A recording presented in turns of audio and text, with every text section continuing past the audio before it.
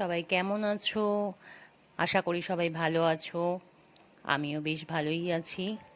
আজকে আমি নিয়ে চলে এলাম আর একটা নতুন ভিডিও নিয়ে তোমাদের সাথে শেয়ার করতে। বন্ধুরা, আমি শ্রাবণী। আবার রোজকার মতো রান্না বান্না খাওয়া দাওয়া টুকিটাকি। তো আজকে আমি রান্নার ভিডিও তোমাদের সাথে শেয়ার করছি না, শুধুই পরিবেশন করব। তার আগেটুকুনি আমি তোমাদের সাথে একটুখানি দেখিয়ে দিলাম যে কি কি বানিয়েছি।